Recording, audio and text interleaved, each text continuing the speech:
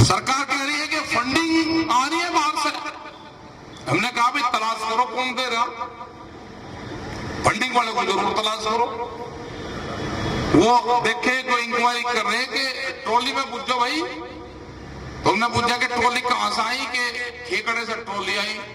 खेकड़ा कहाँ है भाई? तो अफगानिस्तान में खेकड़ा ये रहा, यहाँ से थोड़ी सी दूर पे वे ट्रॉली भर रहे गांव के आदमी और वो बांट रहे सामान।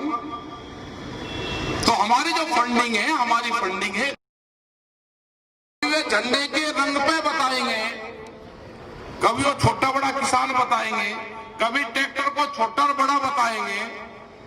अब और नहीं कुछ लगा तो एमएसपी और 3 कानून पे बांटने की कोशिश कर रहे हैं। हमने कहा कि ये किसान ना बटेगा, ना देश का किसान बटा। ये आंदोलन जब तक जारी रहेगा जब तक एमएसपी पे कानून नहीं बने और 3 कानून रद्द नहीं होंगे। फिर बातचीत होगी, 19 तारीख में फिर बात है, बातचीत फिर वहां से शुरू होगी कि 3 कानूनों को रद्द करने की प्रक्रिया सरकार कैसे प्लान बनाएगी।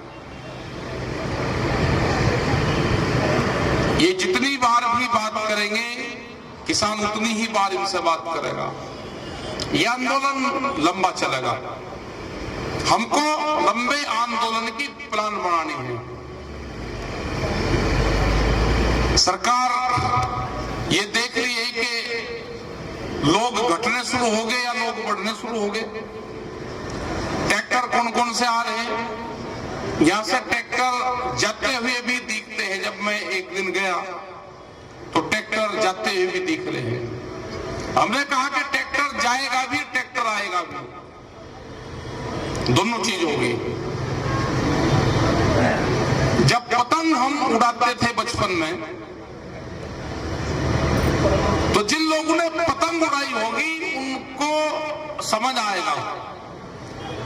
जब पतंग के एक दूसरे में पैंच लड़ जाते थे और जो भी आदमी पैंच लड़ते हुए पतंग को उठाने की कोशिश करता था वही कटता था।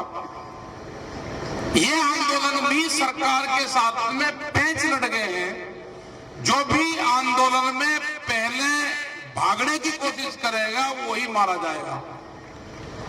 तो किसान ने तय कर लिया, किसान ने सरकार की कोड़ी भर ली, छोड़नी नहीं।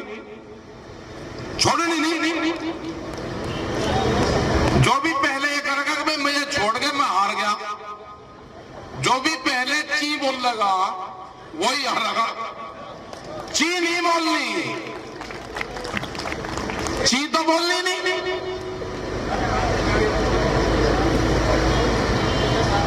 सरकार बहुत प्रेस वाले कहते हैं जी सरकार हार जाएगी, ना हम सरकार को हराना भी नहीं।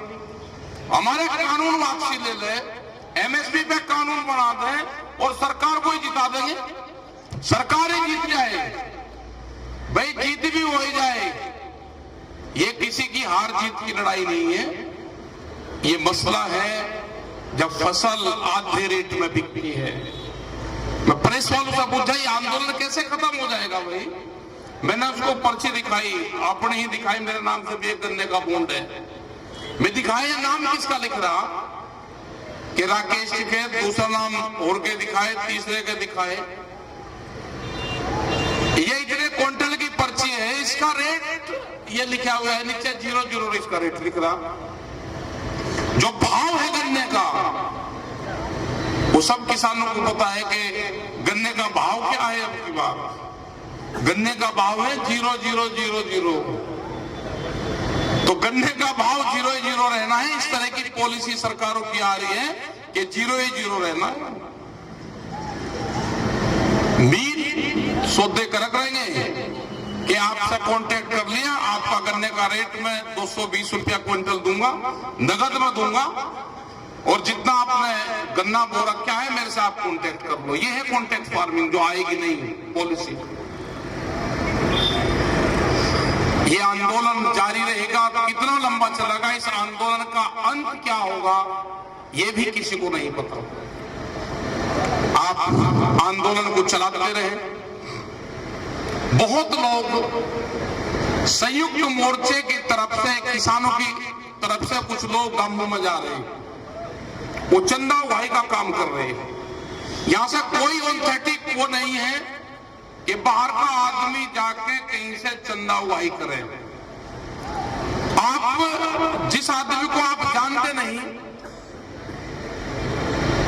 और टिकैत साहब का फार्मूला था कि अपने गांव का धन अपने गांव में रखो, अपनी एक कमेटी बनाओ, धन इकट्ठा, गांव का धन गांव में ही रहे, बाहर के आदमी को आप धन ना दो।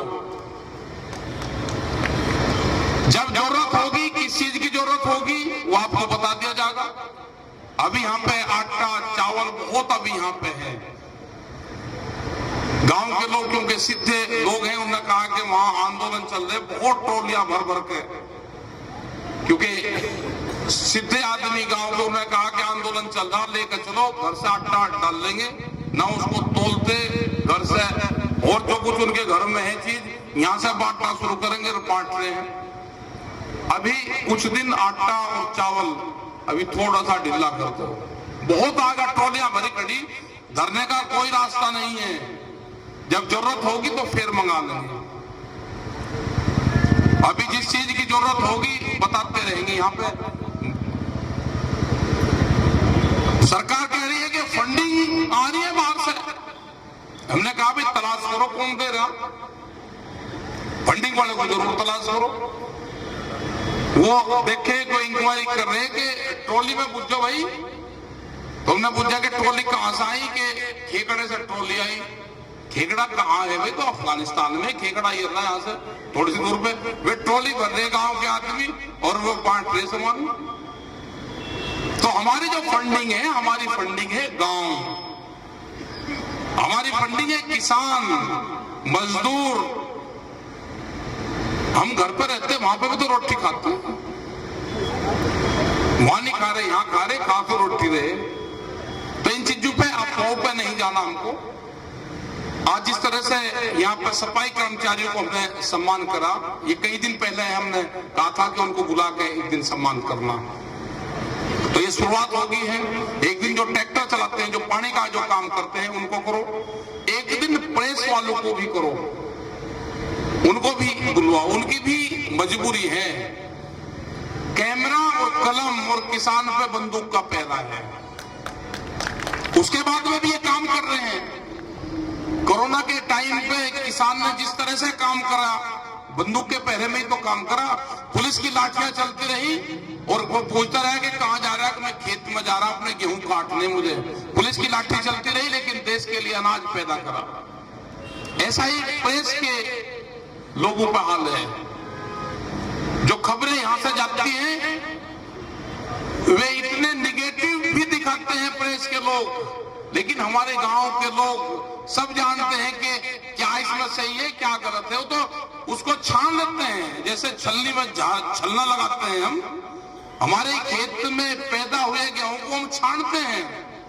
तो ऐसा ही प्रेस जो भी दिखावे, आप दिखाओ, आप किसान का नाम लो, हम तो छाना लगा लेते हैं उसमें ही। जो ठीक खबर होगी वो रख लेंगे, जो खराब खबर होगी कूड़े पर चला जाएगा। आप दिखाओ, आप किसान का नाम लो। उनकी वे यहाँ कहते हैं कि हमारी मजबूरी है, वो मकाम लिखो तो उनको भी यहाँ पे सम्मान, उनको भी बुला कर सम्मान करना है। तो और जितने भी जो भंडारे हैं, जो लंगर चल रहे हैं, उनको भी बुलवा के जो भी आते रहे, एक का दो को चार को सम्मान करवाते रहे। जो भी यहाँ पे महिलाएं हमारी आ रही है, उनको भी सम्मान देते रहे। 18 तारीख तो इनका ही दिवस है। हाँ, मंच भी यही चलाएंगे, संचालन भी यही करेंगी, क्रांतिकारी भाषण भी यही देंगी। भाषा का थोड़ा सा इस्तेमाल अब तो ठीक मन चल रहा है कि उस तरह के प्रतिबंधित नारे यहाँ पे नहीं लगते, लेकिन हम किसी का व्यक्तिगत नाम लेके ज्यादा किसी को वो ना करें, क्योंकि यहाँ से आप एक खबर मंच से जाएगी, वो जाओ चाहे किसी भी बॉर्डर से कहीं से भी, वो चाहे गन्ने के खेत में बैठ के वहां से किसी को न्यूसेंस किसी को कर दे और झंडा लगा ले, पीछे गन्ने के खेत आ रहे, पीछे वहां झंडा लगा रखा, उन्हीं के लोग हैं। फिर कहेंगे देखो जी ये फोटो लग रहा है, इस पे बयान दो। मतलब 6-6 घंटे तक फिर हमको स्पष्टीकरण देना पड़ता है, जो भी लोग टीवी पे जाएंगे। तो ये शांतिपूर्ण तरीके से आंदोलन चलाना पड़ेगा। हम तो पालीवार काम करने वाले लोग हैं, पाली समझौता, कॉन्टैक्ट, एक दूसरे का संपर्क। उसने मेरे खेत में काम करवा दिया, उसने मेरा गेहूं उगवा दिया, मैंने उसके खेत में जाकर ट्रैक्टर चलवा दिया। तो ऐसे समझौते से काम करने वाले लोग हैं। इसमें पूरी सरकार नजर रखी हुई है कि आंदोलन चल कैसे रहा, ये आदमी यहाँ पे इनके खेती में काम कैसे हो रहा। मकाम अदल बदल लेते हैं। आज उसका काम करवा दिया, उसका पानी लग गया, उसके ट्रैक्टर की जरूरत है वहां करवा दिया, वो यहाँ पर आ गया, फिर कोई दूसरा चला गया। तो ऐसे ही ये काम चलता रहेगा, ये आंदोलन लंबा चलेगा। और उम्मीद है कि ये फरवरी में जब बजट पेश होगा उस टाइम पे कुछ उम्मीद लगती है, हल्की फुल्की सी कुछ। और नहीं तो फिर अपना गेहूं की एक फसली भी आंदोलन नहीं है। अभी तो ये गेहूं बो के आ गया, अभी तो गेहूं 20 अप्रैल के आसपास, क्योंकि पंजाब में तो पहले शुरू हो जाएगा 10 दिन पहले, लेकिन हमारे यहाँ पर तो 20-25 अप्रैल के आसपास तक तो गेहूं की कटाई शुरू होगी। तो एक फसली भी आंदोलन नहीं है अभी तो। और ये स्पष्ट होगा, सरकार ने कहा कि इस मामले को, एक अच्छी बात यह रही कल की मीटिंग में, सरकार ने कहा कि इस मामले को किसान और सरकारी बैठकें तय करेंगे। अब वे देख रहे हैं कि कितना लंबा चलेगा, वे हमको देख रहे, हम तो उनको देखने के लिए आई गई दिल्ली में। तो हटना हमें भी, जितनी जत्थेबंदी हमारी है, पूर्ण रूप से सबकी एक ही सहमति है, एक ही आवाज है कि 3 बिल वापसी हो, एमएसपी पे कानून बने। कल जो मीटिंग होगी, अब 19 तारीख में जो मीटिंग होगी, वो मीटिंग यहां से ही शुरू होगी कि पहले आप एमएसपी पे बताओ, एमएसपी पे आपका क्या रुख है, क्योंकि एमएसपी का पूरे देश का सवाल है, बड़ा सवाल है। और वही लोग इन मुद्दों को उठाएंगे। पंजाब चलो जो कमेटी लोग हैं, सब लोग पहले एमएसपी से ही अगली बातचीत शुरू होगी।